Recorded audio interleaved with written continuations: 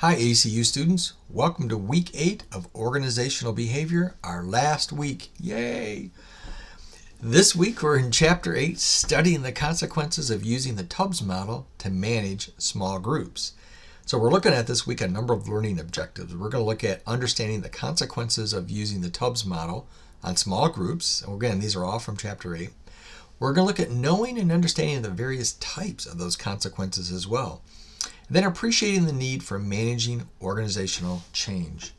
Now, the consequences or the results of using the Tubbs model to manage small groups includes better solutions to problems, improved changes in interpersonal relationships, improved information flow, and then smoother organizational change. If you've ever been through a rough organizational change, you'll appreciate the fact that maybe small groups that are engaged in this model that Tubbs proposes, maybe that organizational change will be a little bit smoother through the use of the small groups. When we talk about better solutions, though, to the problems that we're having in our organizations, we're talking about the improved quality of that solution. So, improved quality of a solution that comes through small groups could mean things like, the same function at a lower cost. If we're looking at a problem or we're looking at an improvement to a product, for example, it could be the same function at a lower cost. That's considered pretty good quality improvement. How about increasing the function while reducing the cost? That's great when you can do that. Increasing the function, but maybe increasing the cost just a little bit. That's also acceptable. And then the other way often happens too, where we decrease the function of a product or a service, but we greatly decrease the cost. Again, these are better solutions that come through small groups to solving these sorts of problems. Now, it's been found that groups are better at solving complicated tasks requiring reasoning and elimination of poor solutions. You do that better together. But for solutions to be effective, they must be of high quality and they must be accepted by those who have to carry those changes out.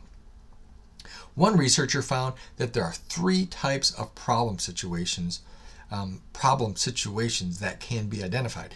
Problems requiring high quality but low acceptance.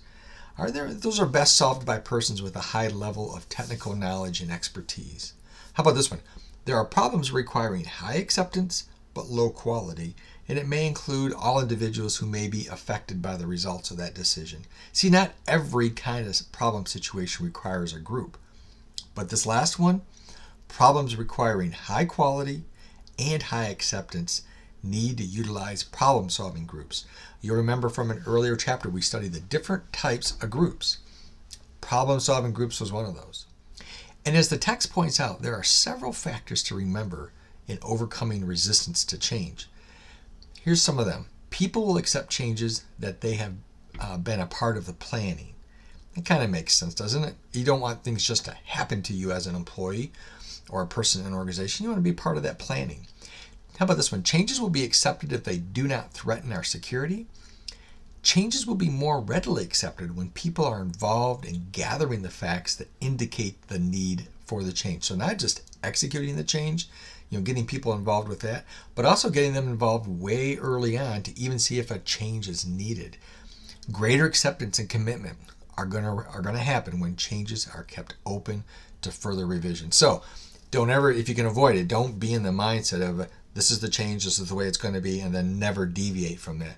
You know what? If new facts come along and that might help the quality of the solution or gain further acceptance and commitment from the people who have to live with that change, it might be open. You should be open to maybe revising the change itself. Another consequence to following the Tubbs model for small groups is the improved interpersonal relationships. Things such as meetings where individuals share their thoughts in order to clear up and reduce areas of misperception and misunderstanding. You know what? You can tell when a group was working well together because they're not afraid of the I don't want to step on the eggshells sort of scenario where you're afraid you have to walk around quietly around people because you're afraid to upset them. That doesn't happen when you have good interpersonal relationships. And as part of that as well, improved cohesion or bonding between group members positively influences other things that the group is working on. Okay, another great consequence from the Tubbs model is improved information flow. better information flow between group members, increases knowledge level, and increases coordination of tasks. And kind of the opposite, or conversely, subgroups or groups within the groups, these would be like the unauthorized subgroups, if you will. These groups within a group, they restrict the flow of information between members. And finally, smoother organizational change is an outcome or a consequence of the Tubbs model for implementing small groups. Now, aligned with the Tubbs model, one researcher formed the 10 commandments of implementing changes. First, analyze the organization and its need for change. Create a shared vision and some common direction. Separate from the past. Create a sense of urgency. Again, these are the 10 commandments of implementing changes. Support a strong leader role. Line up political sponsorship. Craft an implementation plan that everybody can be a part of. Develop enabling structures. Communicate, involve people, and be honest when things aren't going well, when things need to change. And finally, reinforce and institutionalize that change. Make that change a part of the everyday fabric. Now, these commandments can be used by small groups, will help the entire organization implement changes. Imagine a whole bunch of little small groups doing these sorts of things. That's how change grabs and gets a hold and gets accomplished in a larger organization. Some researchers go further and suggest that organizations explicitly spell out the guiding principles of implementing change, like those 10 commandments in the earlier slide. These researchers say, hey, hold people accountable to the principles of change management. Do something about that. Take some leadership and some management role and hold people accountable when they say they're going to do something. How about this one? Devising a system for resolving conflicts and differences. Establish an equitable way for distributing profits or rewards. Okay, listen, that's it for right now. Be sure to read all of Chapter 8 since there's a wide variety of questions on this week's quiz. Finish strong this week. Do not quit yet, okay? Remember, God is on his throne. He's always been there, and he's always going to be. Have a wonderful day.